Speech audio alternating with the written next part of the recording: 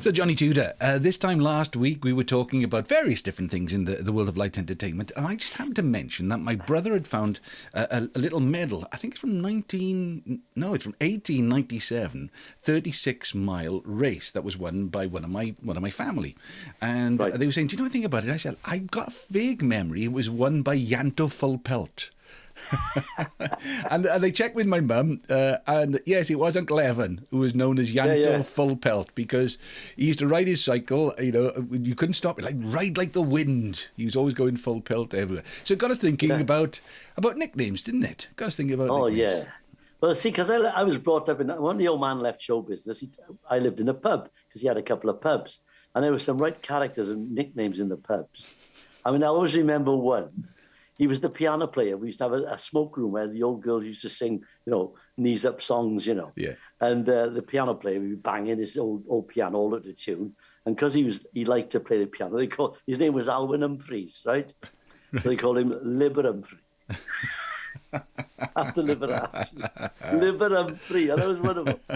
And then there was I don't know if I told you that we had a lady used to do the cleaning. Her name was Blodwyn. Right. And it was a bit irreverent. They called her blobs thicker than water. But my favourite was a guy called Dan the Yank, and I've written about him in my book. Well, I've written a couple of these characters in my book. Right. Because you can imagine, it's a rich tapestry living in a pub. Yeah. So I've used all that information. When I did my book, Peg's Boys, and a lot of the characters, I changed the names and so on, but I've used the characters. And this one guy, Dan the Yank, what it was, he was a totter, what they call a totter. He grew up on the tips and picking up stuff and selling it. Right. Bit of a rag and bone man. And it was him and his girlfriend called Liz, and he had a little Welsh terrier called Bing. And he used to dress up like he had these Wellington boots turned down. Right. He'd have a bootlace tie, and he'd have a Stetson hat, right? And he used to speak with an American accent. I mean, nobody knew why, And he'd come up to you and he'd shake hands with the millionaire. And he'd always want to shake hands. And it turned out that his sister had married a GI in the war and run off to Texas or something, sent him a postcard, and he spoke with an American accent ever since. Dan so the he was known Yank. as Dan the Yank. Some people call him Dan Cowboy, but most of them call him Dan the Yank. I just think about that, and I think I can share this because Catherine Zeta-Jones's father's David Jones. I mean, a lot of the problem is a lot of our names are very similar, aren't they? That's right, David Jones, David Di Jones. How do you point out one from the other? I am told. I'm just repeating. It's not. I didn't make this up. That he used to go up and down the valleys. With like vending machines, so you could get Mars bars and all that sort of thing. So he was known as Di Chocolates. But then, obviously, when Catherine started doing very well in film, he can't be called Di Chocolates anymore. He's Di Hollywood. Di Hollywood. It's lovely. Do you know Dewi Puss? Dewi Puss. See, the thing is, you say Dewi Puss, I probably don't even know his real name. He is I tell you Dewi why Puss. He got his name Dewi Puss, shall I? There was another guy called Dewi, who I knew very well. His daughter was in school with my daughter, and he was Dewi as well. They were both in college together. So there was two Dewis. Right. And because Dewi used to wear this, like, I don't know if it was an Afghan. Remember those things they used to wear, those fluffy coats? Yeah. And he looked like a pussycat. They called him Di Puss. Dewi Puss. They called him Dewi Puss. That's how he got that name. And then there was another bloke. He's a very good actor. They call him Hugh Boggs, they call him. Right. And I asked, and I've forgotten his full name. I only know he was Hugh Boggs. That's silly, isn't it? He was in the Under Milkwood thing now in London, in the National. Anyway, I asked him, I said, how did they call you Hugh Boggs? He said, well, when I was in school, somebody pushed me in the bog. and he was known as Hugh Boggs ever since. But it's the Valley's humour, isn't it? I mean, there's something about the Valley's humour. It's different. And also, some of the people I know who I've worked with for years, I don't know their real names. I mean, they don't. The names don't even have any real meaning now. Like my bass player's name is Andy Coughlin. Nobody calls him Andy or Andrew. His name's Wal Coughlin. Now he actually plays a bass guitar, which is called the Wal bass. But he was called Wal before he had a Wal. I mean, I don't know why, but he's Wal. And then there's a lad called Goss. Goss is very funny. He always says about the band. I think he's from Pontrhydyfen originally. He always says, "Boys, we are the best band in our price range in the area." So, Yeah. Goss, I don't know what Goss is. Real. I had to write him a check once. We did a gig, and it was in check, it was a proper one. So we had to give him a check. I had to find out what his name was. I can't even remember. So there's that, and then of course there's all the funny ones, isn't there? The guy, the rugby player.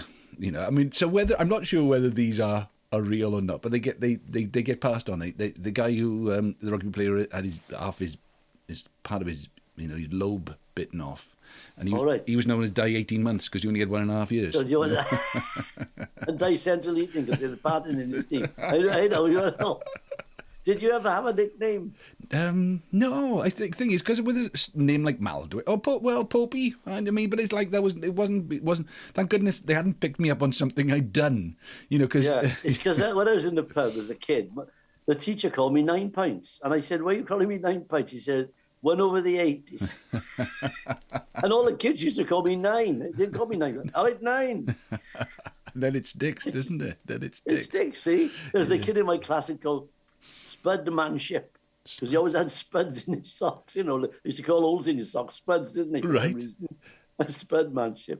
And there was another kid called Titch, because he was small, obviously. Yeah. But everybody had nicknames of some sort. Yeah. And really, I remember Dorothy Squires was nicknamed the Iron Lung because she had this big voice. Die the Death, of course, if you're an undertaker, Die the Death. Ivor the Hearse we had in my stake. Ivor the Hearse. And we had Harry the Extractor, he was the dentist. I remember once, years ago, Dorothy Squires said to me, "You'll never be a star with a nose like that." So I said, "What do you mean?" She said, "You're gonna have a nose job," she said. Because she asked. So I said, "Oh, forget it, I'm not my bloody nose done." Anyway, she sends a postcard to my father, right, who by then lived in Port Talbot, and he was playing the organ in the Bayview club, back in the artist. Yeah. And on the card was Bert Griffiths, in brackets, known as Bert Cecil, organist, Port Talbot. And it found him. So on the back of this card, she said, "I've just made an appointment for your son to have his nose done with this bloke in Harley Street going on." She'd made me this appointment for some bloke in Harley Street. So I thought, well, I better go now. She's made this appointment. I took Alwyn with me. And I walk in, and it was Fred Nicol, his name was. He was quite famous surgeon, He looked at me, he said, "You don't want your nose done." He said, "Your chin is wrong." Oh. He said, "If I change your nose, it'll ruin your voice. You'll change all the acoustic, because that's how you sing." Yeah. And he wouldn't do it, see? But Alwyn was with me, and she'd had a scar from a kid on her neck where she had a TB gland removed. Right. So there was a bit of a scar. He said, "Oh, I can do that if you like." So she said, "Well, yeah, when?" He said, "Well, I'll do it now if you want. I'll do it under local anaesthetic." So we did it. Goodness me. And I forget what it cost. It was quite expensive. It was Harley Street. But I mean, Well, while you're waiting, you might as well. While you wait, you pay for the train. Pay for the... It's the old joke that Stan Stennett used to do. Do you know the old joke he used to do for the fella? He said he had all these wrinkles over his body. And he said it was terrible. He said he didn't know what to do about it. So he went to the doctor. He said, "I know what to do." He said, and he got all the skin and he pulled it all up and he tied it in a knot on his head. And he said, "Put your cap on. Nobody know the difference." So he's walking in the pub and they said, "What's that in the middle of your forehead there?" He said, "Oh, that's my navel." He said, "If you think that's funny," he said, "get a load of my tie." A stupid joke. But it's funny, isn't it? Oh, God. I'm trying to think now. I expect people will be able to, as they're watching this, if they want to add comments at the bottom, of nicknames that they the nicknames they had. Yeah. We there was one lad that we used to work with who feedback. When you're making a noise and it sounds like Yeah. So they used to call him the Lord of the Rings because he was in charge of the buttons. He was ringing everywhere. There was a woman in my stake too. She had the fish and chip shop. She was Maggie the Fish, and she was a big woman. She had blonde hair and it was always coiffed beautifully, Yeah. But she had one eye because she'd had an accident in the munitions factory during the war, and she'd had her eye out. So she always worked with an eye patch. She always had the eye patch. Yeah. Yeah. Wow. But Maggie the fish, I can see her now. Yeah. Oh, there were some right characters. Yeah, and the thing is, like Maggie Post was in Publicum. That's right. You don't actually think of what the words mean anymore, do you? You just that's who they are. That's who they are. But is this like, you know, peculiar to Wales? I mean, like we've always done it, Maggie the Post, Di the fish. You know what I mean? Yeah. I think it's a Welsh thing, isn't it? Yeah. I haven't heard of other people doing them. It'll be interesting to find out. Okay, well, look, we set the hairs running on this week's podcast. Nicknames for people in Wales, people you remember, and if you got the story that goes with them as well, do add them to the comments at the bottom. It'd be nice to keep it going, and maybe we could pick it up in a couple of weeks' time, and we could talk about some of the ones that people have mentioned as well. That's right. Brilliant. Well, I did write a few. I told you Libber Humphrey. Yeah. There was a kid in school we used to call him Donkey. I mean, that was a bit unkind because he wasn't very bright, and the teacher called him Donkey. I mean, you know, you couldn't do it today, could you? No. You know, what's the joke as well? He said, "Why did you call him Donkey?" He says, "He always called me Donkey." Oh, another one they used to call me Johnny Legs. That's another one. Johnny Legs. Yeah, it was a police inspector called me that. Not because I ran away from him, but because I was a tap dancer. I like legs, he said to me. Yeah. I must admit, there was, for a little bit, when I was touring with Art Garfunkel around Europe, we used to do these big festivals. And there was a lovely lad called Barry Evans. He was like a road manager. In fact, his brother Nigel Evans is an MP. And he's actually one of the deputy speakers in the House of Commons. And I didn't realise I met him in Dortmund or something like that. And he walked up and he said, "You're the voice, are you?" I'm going, "Well, Mal Pope." He said, "No, everybody around here is calling you the voice." Which was, I think it was meant as a good thing, as a compliment. I said, "Well, where are you from?" He said, "Swansea." I said, "Where?" Anyway, we found out we knew each other's sort of background. But I was for a moment in time, I was known as the voice. I know it's Tom Jones now.